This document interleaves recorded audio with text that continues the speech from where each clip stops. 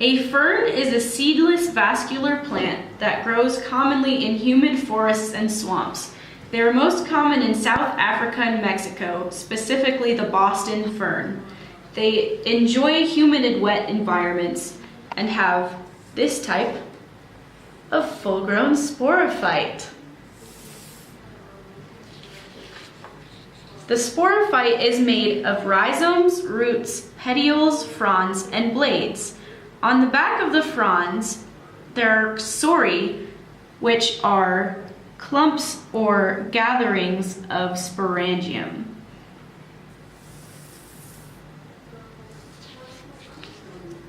Sporangium are cell structures in which spores are produced.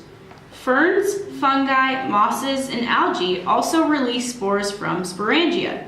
They can often be called the spore case.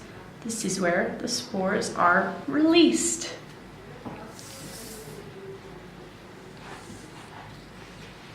Once a spore will germinate, it will start to grow into a gametophyte.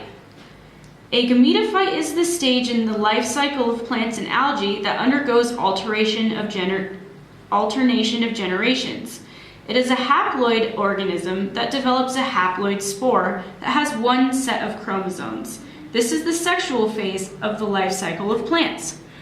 The male Antheridia will require water or another form of liquid media for the sperm to swim to the female archegonium. This is the fertilization stage. This will produce a diploid zygote that will grow into a full-grown sporophyte. Within the alternation of generations,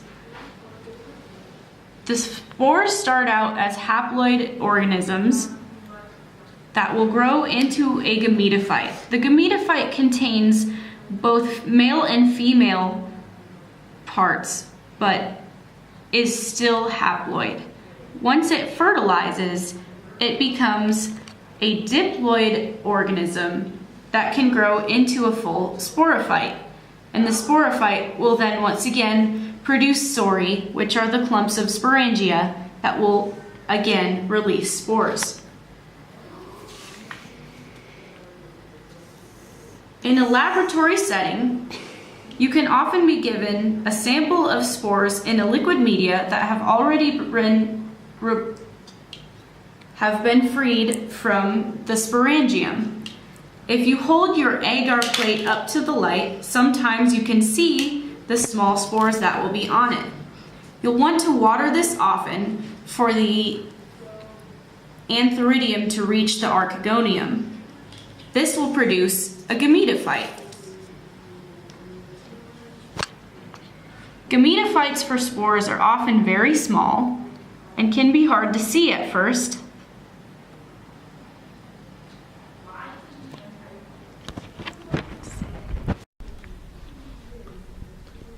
The gametophytes are separate plants from the spores and happen to be very tiny.